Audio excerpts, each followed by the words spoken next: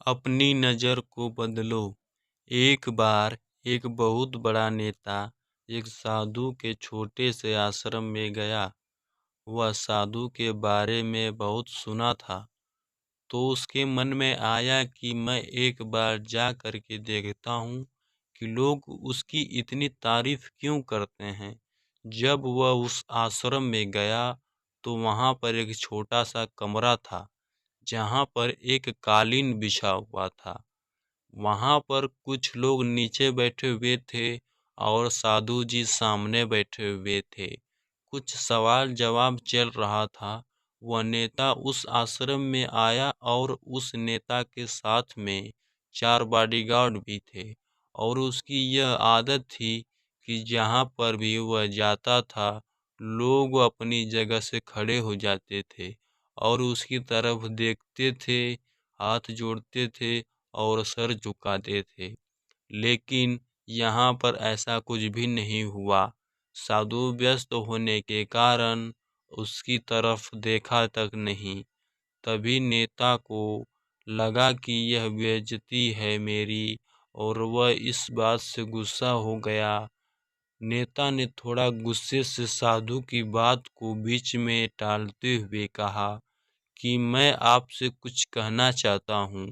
साधु ने उसकी तरफ देखा और बोला, अब थोड़ी देर रुकिए, पहले मैं इसके सवाल का जवाब दे दूँ, उसके बाद मैं आपसे बात करता हूँ। तब तक आप अगर चाहें तो बैठ सकते हैं। बस साधु का इतना कहने की ही देरी थी, तभी नेता का चेहरा गुस्से से लाल हो गया और फिर उसने अपना सारा गुस्सा उस साधु पर निकाल दिया। अभी तक वह नेता बहुत तमीज से आप कह करके बात कर रहा था, लेकिन अब वह तू तड़ाक पर उतर आया। नेता ने उस साधु को कहा, तुझे पता नहीं है मैं कौन हूँ और तू किससे बात कर रहा है। साधु ने उसकी तरफ देखा और कहा, मुझे इससे कोई फर्क नहीं पड़ता है कि आप कौन हैं, लेकिन आप जो कोई भी हैं, अगर आप चाहते हैं कि मैं आपके सवाल का जवाब दूं या आपसे बात करूं तो आपको कुछ देर रुकना होगा।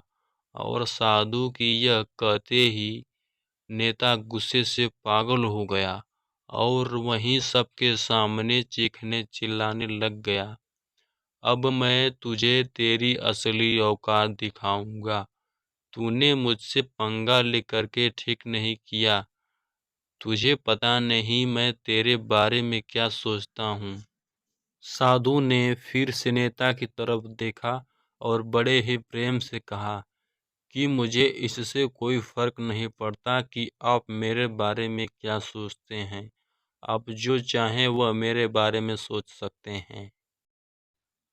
फिर नेता ने उससे कहा कि तू चाहे सुनना चाहता है या नहीं, लेकिन मैं तुझे यहीं सबके सामने बताऊंगा कि मैं तेरे बारे में क्या सोचता हूँ।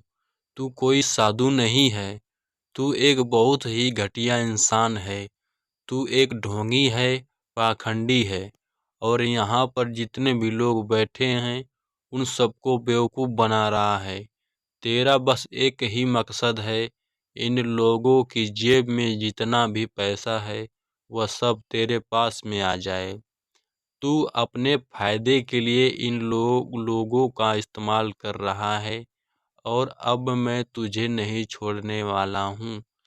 पूरी दुनिया के सामने तेरा पर्दाफाश करूँगा। लेकिन उसके इतना बोलने के बाद भी हल्की सी मुस्कान उस साधु के चेहरे पर बनी ही रही। यह देखकर वह और भी तिलमिला गया और उसने कहा, अब बहुत हो गया, अब मैं यहाँ 1 मिनट भी नहीं रुकने वाला। लेकिन अभी भी तेरे पास मौका है, अगर मुझसे माफ़ी मांगनी है या मुझसे कुछ कहना है तो कह सकते हो। इतना सब होने के बाद भी साधु के चेहरे पर एक मुस्कान थी और वह बिल्कुल शांत था। और फिर उन्होंने अपनी आंखें बंद करी और फिर साधु ने अपनी आंखें खोली। साधु बोला, आपके लिए मेरे मन में कोई भी गलत ख्याल नहीं है। जो भी मेरे बारे में आपने कहा वह आपकी अपनी सोच थी। तो मुझे आप में कोई भी बुराई नज़र नहीं आती है। मुझे आप भले ही भले इंसान लग रहे हैं। और साधु के इतना कहते ही नेता का दिमाग 7वें आसमान पर पहुंच गया। उसके चेहरे पर एक अजीब सी खुशी थी, क्योंकि उस साधु ने वही कहा जो बाकी सब लोग उस नेता को कहते हैं। और वह खुशी खुशी उस आश्रम से अपने घर की तरफ चला और जा करके अपने पिताजी के साथ में बैठ गया। उसके पिताजी ध्यान में थे। उन्होंने पूरी जिंदगी सिर्फ लोगों की सेवा करी और बदले में कुछ भी उम्मीद नहीं किया।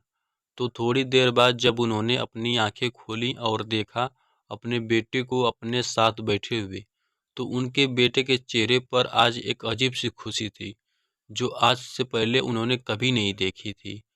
फिर उसने एक-एक करके सब कुछ बताया कि आज क्या हुआ, किस तरह से वह आश्रम गया और वहाँ पर क्या हुआ, उसने क्या कहा और साधु जी ने क्या कहा। जब उसके पिताजी ने पूरी बात सुनी तो थोड़ा सा मुस्कुराए और अपने बेटे को देख करके बोले कि उन्होंने तुम्हारी तारीफ नहीं करी, क्योंकि उन्होंने वह नहीं कहा कि जो तुम हो, उन्होंने वह कहा कि जो वह खुद हैं। और तुमने जो भी कुछ उनको कहा वो नहीं कहा कि जो वो है। यही बात वेदों में भी कही गई है, यथा दृष्टि तथा सृष्टि। यह दुनिया तुम्हें वैसी नहीं दिखती जैसी यह दुनिया है। यह दुनिया वैसी दिखती है तुम्हें जैसे तुम खुद हो। जिसकी नज़र जैसी है उसके लिए यह दुनिया वैसी ही है। तो अगर तुम अपनी दुनिया को बदलना चाहते हो तो उसका सिर्फ एक ही तरीका है, अपनी नज़र को बदलो।